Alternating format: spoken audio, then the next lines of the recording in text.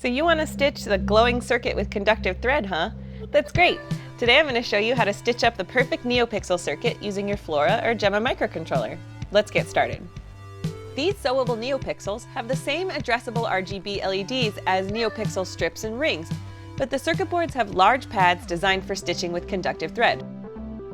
For just a few pixels, 2-ply stainless steel thread works great and is a bit easier to wrangle than the thicker 3-ply, which I'd use for any circuit with more than 5 pixels.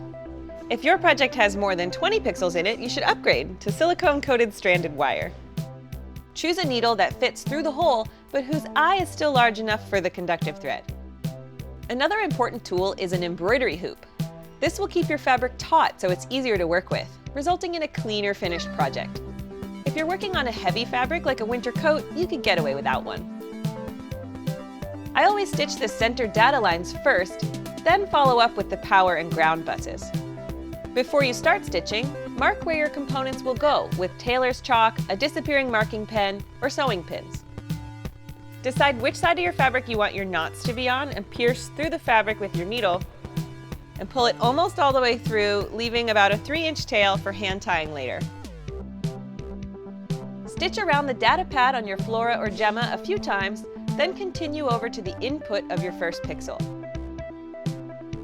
Make short stitches by bringing the needle up and down through the fabric at close intervals.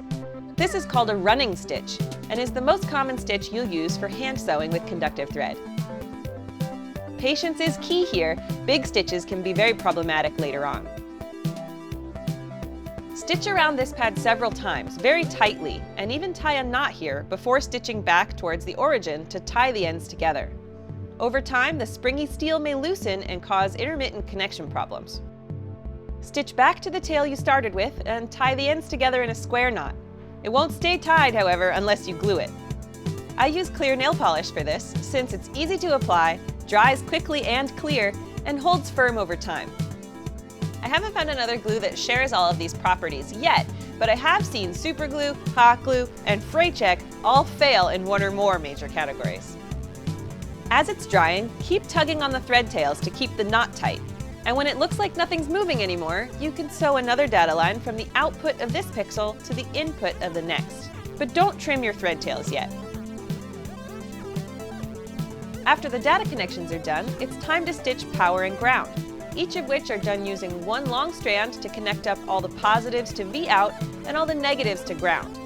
Tie your thread tails into knots nearby, but not directly on the circuit boards, so that no adhesive gets in the way of the electrons flowing from the board to the thread. Now it's time to test the circuit. Trim your thread tails and clean up your workspace so there aren't any stray bits of thread hanging around. Plug in your microcontroller over USB and then load the NeoPixel sample sketch using the Arduino software and watch your fabric circuit light up. Refer back to this technique when you're making projects like the motion-activated sparkle skirt, Pac-Man pixel suspenders, Cortana costume, or any of our other conductive thread wearables projects you can find on the Adafruit Learning System. Thanks so much for watching, and if you have questions, post them up in the comments and I'll tackle them every week on our live wearables show. Don't forget to subscribe to Adafruit on YouTube.